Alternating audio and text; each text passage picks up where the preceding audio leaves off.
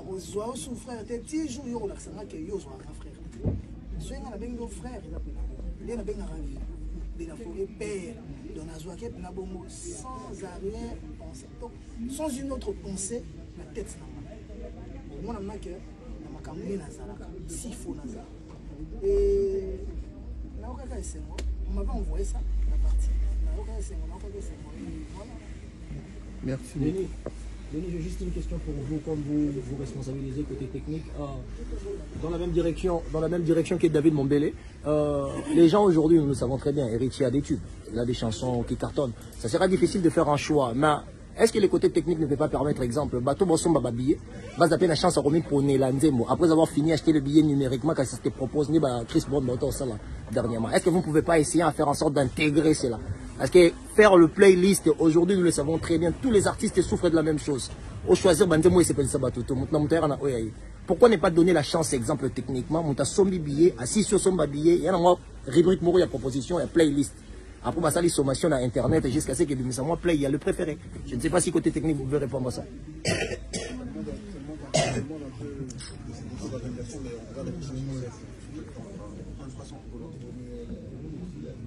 Ok. On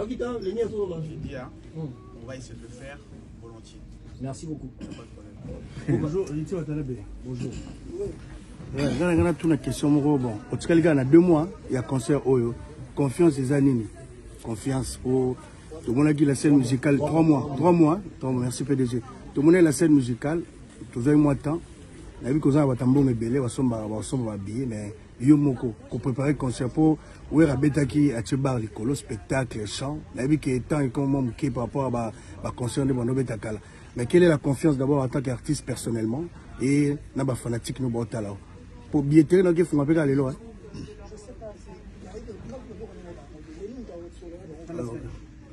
Pardon? À vendredi. Ok. C'était quoi encore? Confiance aux hommes. Confiance les gens. Et ça, comme ça, boulot. Si on a ça, on perdre sur confiance, ça veut dire je dois laisser. Tant que je suis artiste, je reste très positif, je reste optimiste que ma ça là est ici. Et en plus, c'est pas que moi. Ma vie là-bas. On va rouler, tout pousse à avancer. Donc du coup, on est obligé de bosser comme ça, faire au exceller pour que Marambo qui vienne. J'ai vraiment confiance en ce qu'on fait. Et là, les gens autour de la cantine, ça déjà la boule, la l'autre qui est parce que nous avons la l'autre pour moi, nous avons la révélation des gens.